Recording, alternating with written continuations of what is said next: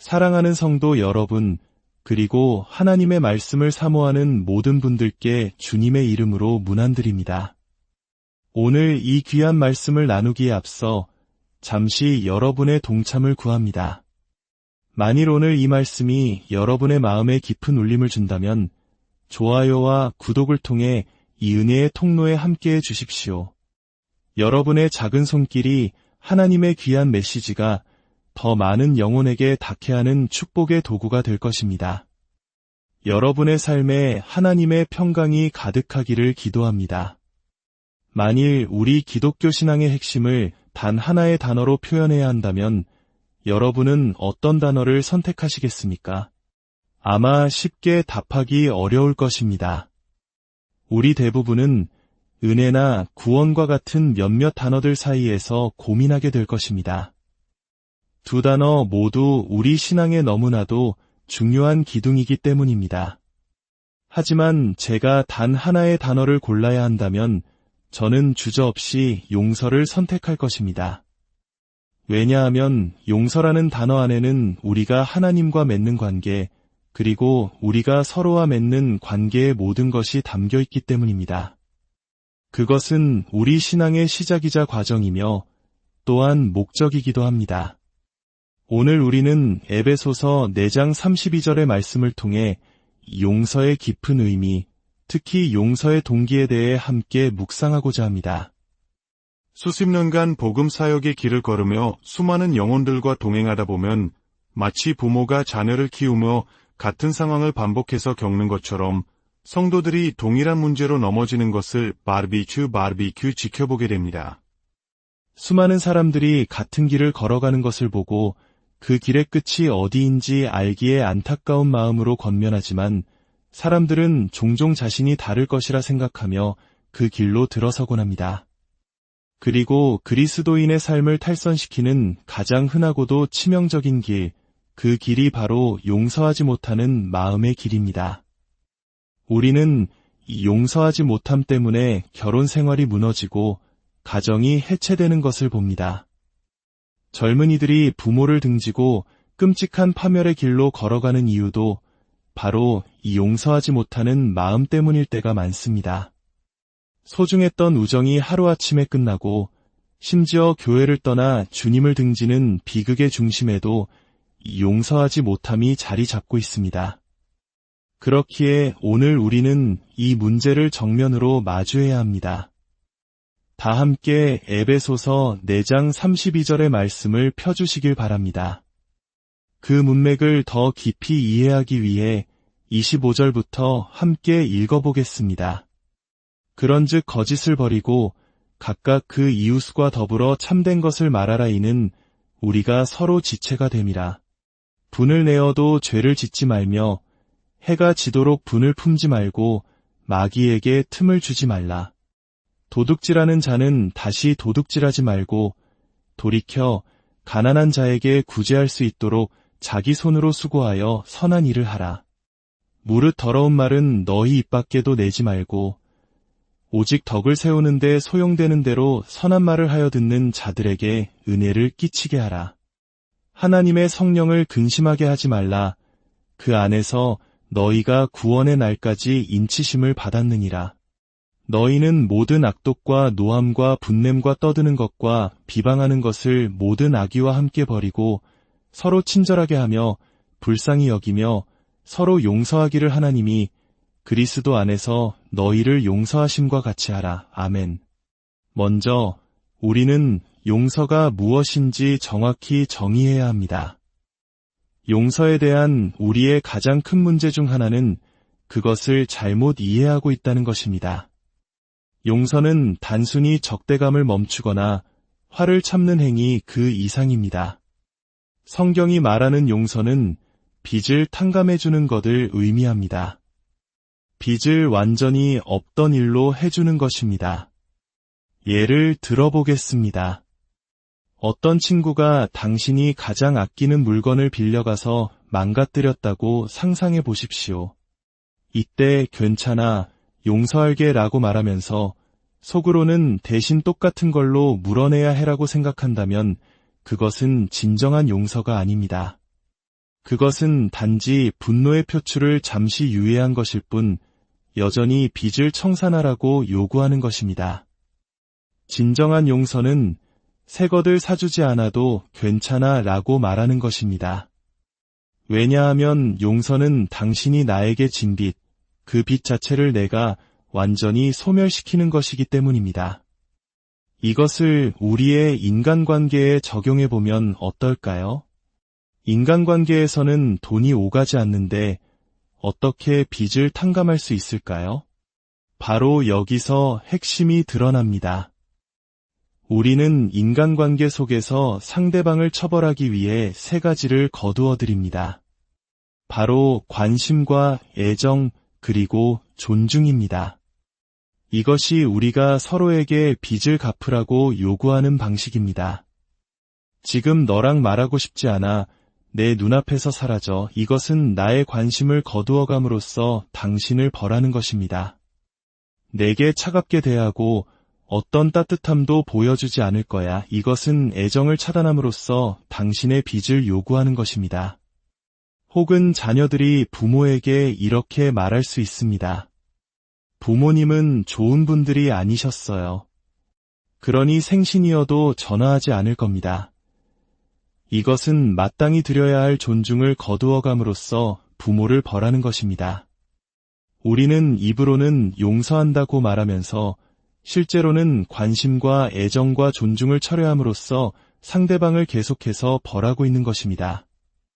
이것이 바로 용서하지 못하는 마음의 실체이며 이것이 우리의 관계를 파괴하는 주된 원인입니다. 어떤 분들은 지금 이 순간 제 말이 무척 불편하게 들릴지도 모릅니다. 과거의 깊은 상처와 억울함 속에서 그 용서하지 못하는 마음이 자신의 정체성이 되어버린 분들이 있기 때문입니다. 그 쓴뿌리를 놓아버리면 자신의 삶을 어떻게 정의해야 할지 막막해질까 두려운 것입니다. 나는 어린 시절의 트라우마 때문에 이렇게 까칠하게 살아도 괜찮아. 나는 과거의 끔찍한 경험 때문에 이 자리에 주저앉아 있어도 괜찮아 라고 스스로를 합리화하며 살아왔기 때문입니다.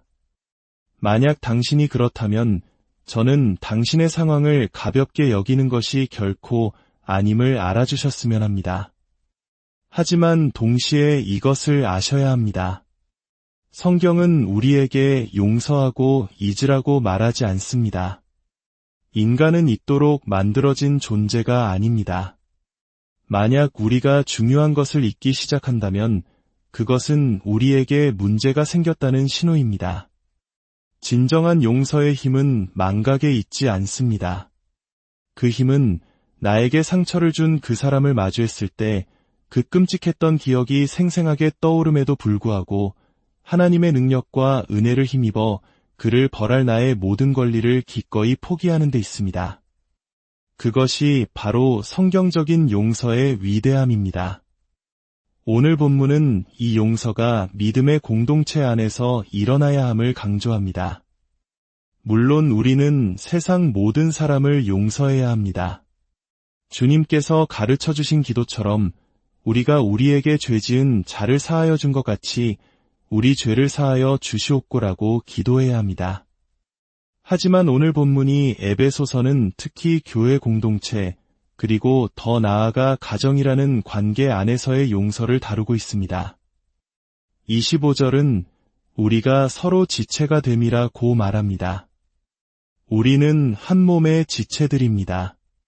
30절은 우리가 하는 부식시키는 말, 파괴적인 말들이 성령님을 근심하게 한다고 경고합니다. 왜냐하면 성령님은 우리를 하나님의 거룩한 전으로 함께 지어가시는 분이기 때문입니다. 성령님께서 세우고 계신 것을 우리가 허물어뜨릴 때 그분은 슬퍼하십니다. 우리는 서로에게 속한 존재이기 때문에 서로를 향한 친절과 긍휼, 그리고 용서가 필요합니다. 여기서 우리는 한 가지 역설적인 진리를 발견합니다. 그것은 관계가 가까워질수록 더 적은 용서가 필요한 것이 아니라 더 많은 용서가 필요하다는 사실입니다. 생각해 보십시오. 우리가 한 달에 3번 만나는 사람이라면 그의 허물을 한 달에 한 번 정도 보게 될 것입니다. 하지만 우리가 매일 3번씩 만나는 가족이라면 어떻습니까? 죄를 짓는 빈도는 그대로이지만 우리가 그 죄를 목격하는 빈도는 기하급수적으로 늘어납니다. 친밀함이란 상대방의 죄악된 모습을 더 자주, 더 가까이에서 보게 된다는 것을 의미합니다. 많은 부부들이 당신이 정말 날 사랑한다면 나에게 그렇게 계속 죄를 짓지는 않을 거야 라고 생각하는 어리석음을 범합니다. 그러나 진실은 그 반대입니다. 서로 사랑하고 가깝기 때문에 죄가 일어나는 그 현장에 당신이 더 자주 있게 되는 것뿐입니다. 따라서 친밀한 관계는 상대방에게 죄를 덜 지으라고 요구할 권리를 주는 것이 아니라 나에게 더 많이 용서하라는 의무를 부여합니다. 이것이 성경의 가르침입니다. 서로 친절하게 하며 불쌍히 여기며 죄를 덜 짓는 것이 아니라 서로 용서하기를 이라고 말씀하십니다. 그렇다면 우리는 어떻게 용서할 수 있습니까? 그 동기는 어디에 있습니까? 본문은 명확하게 답합니다. 하나님이 그리스도 안에서 너희를 용서하심과 같이 하라. 여기에 2가지 측면이 있습니다. 첫째, 우리는 용서받았기 때문에 용서합니다. 이 사실은 우리의 위선을 깨뜨립니다. 우리는 깨끗하고 죄 없는 존재로서 다른 죄인들의 공격을 받는 피해자가 아닙니다. 우리 역시 용서가 절실히 필요했던 죄인이며 이미 그 용서를 받은 자들입니다. 사도 바울조차 자신을 죄인 중의 괴수라고 칭했습니다. 우리가 다른 사람의 죄 때문에 분노하고 지쳐갈 때 다시 한번 십자가로 돌아가야 합니다. 그리고 그곳에 못 박힌 나의 죄와 나를 위해 흘리신 구세주의 보혈을 바라보아야 합니다. 그 엄청난 용서를 받은 우리가 어찌 다른 사람을 용서하지 않을 수 있겠습니까? 둘째, 우리는 용서받았기 때문에 용서할 능력이 있습니다. 이것은 단순히 우리의 관점만 바꾸는 것이 아닙니다. 그리스도께서 십자가에서 이루신 용서는 우리를 변화시켰습니다. 우리에게 새로운 본성을 주셨고 다른 사람을 용서할 수 있는 능력을 주셨습니다. 우리가 누군가를 용서하지 못하는 것은 사실상 이렇게 말하는 것과 같습니다. 예수 그리스도의 피가 전능하신 하나님을 만족시키기에는 충분했을지 모르지만 나를 만족시키기에는 부족합니다. 우주를 창조하신 분은 당신을 용서할 수 있을지 몰라도 나의 기준은 그보다 더 높습니다. 얼마나 교만한 생각입니까? 이것은 우리의 신학을 왜곡시키고 하나님에 대한 이해를 망가뜨리며 결국 우리의 모든 연민과 사랑을 죽이는 독이 됩니다. 이제 말씀을 맺겠습니다. 진정으로 용서하십시오. 그리스도께서 당신을 용서하셨기에 당신도 용서할 수 있습니다. 물론 용서와 화해는 다릅니다. 화해는 상방의 노력이 필요합니다. 상대방이 협력하지 않으면 화해는 이루어질 수 없습니다. 하지만 용서는 나 혼자서도 할 수 있는, 아니 반드시 해야만 하는 하나님의 명령입니다.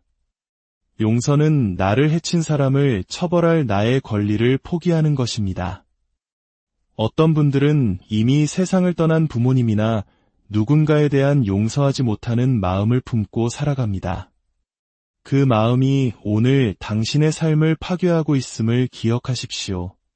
용서하지 못하는 마음을 품는 것은 내가 독약을 마시면서 상대방이 죽기를 바라는 것과 같습니다. 사랑하는 여러분, 남편과 아내 여러분, 부모와 자녀 여러분, 그리고 교회 공동체 안의 형제자매 여러분, 서로에게서 관심과 애정과 존중을 거두어들이는 일을 멈추십시오. 서로 친절하게 하며 불쌍히 여기며 서로 용서하십시오. 하나님이 그리스도 안에서 당신을 아무 조건 없이 당신의 어떠함과 상관없이 용서하신 것처럼 말입니다. 만일 오늘 이 자리에 아직 그리스도 안에서 하나님의 용서를 경험하지 못한 분이 계시다면 다른 사람을 용서하기에 앞서 당신에게 하나님의 용서가 얼마나 절실히 필요한지를 먼저 깨닫게 되시기를 바랍니다. 모든 용서의 시작은 바로 거기 십자가 아래에서 시작되기 때문입니다. 함께 기도하겠습니다. 하나님 아버지, 우리가 얼마나 큰 죄인이었는지, 그리고 그리스도의 십자가를 통해 얼마나 놀라운 용서를 받았는지를 다시 한번 깨닫게 하시니 감사합니다. 이 시간 우리 마음속에 있는 용서하지 못하는 모든 쓴뿌리를 성령의 불로 태워주시옵소서. 우리가 받은 그 용서의 은혜로 이제 우리도 다른 사람을 진정으로 용서할 수 있는 마음과 용기를 허락하여 주시옵소서. 우리의 가정이, 우리의 교회가, 우리의 모든 관계가 그리스도의 용서 위에 굳건히 서게 하옵소서. 예수 그리스도의 이름으로 기도드립니다.